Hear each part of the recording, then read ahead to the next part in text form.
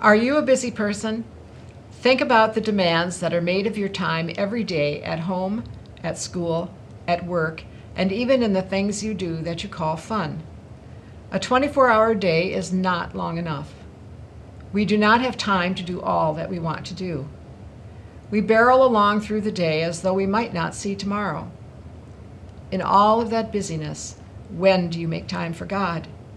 In what hour of the day or night do you take the time to be present to God and listen to what God has to say to you, and only you? Our theme for Lent this year is making time for God. It is a timely theme. Koheleth, the writer of Ecclesiastes, knew all the things that happen at their appropriate times. We do not wait for things to happen. We try to make them happen when we want them to happen. We try to be in charge of time instead of accepting that all time belongs to God. Time belongs to God, and we move in it. This Lent, we want to slow down and make time for God. It is not simply a theme for the season. It is a change of lifestyle. There is a time for each of us to be born and to die. Take time this Lent to celebrate new life and the passage from this life into eternal life. There is a time to plant and a time to harvest. What seeds can you plant that will grow into new life, new relationships, or new love? There is a time to laugh and a time to cry. We know how to laugh, but do we know equally how to cry? Take the time this Lent to really mourn someone who is dear to you.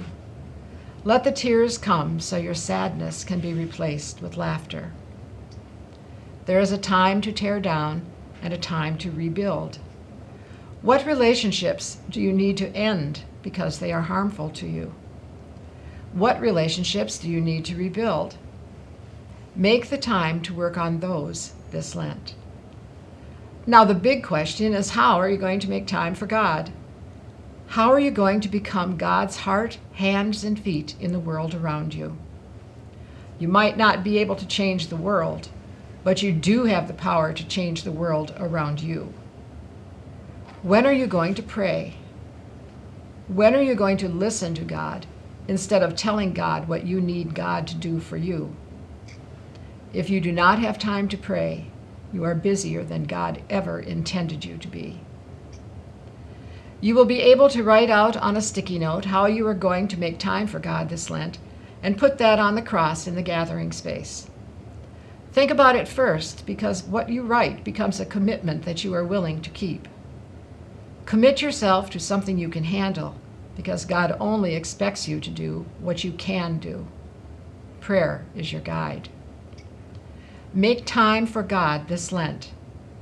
Take time for God, because God always makes time for you.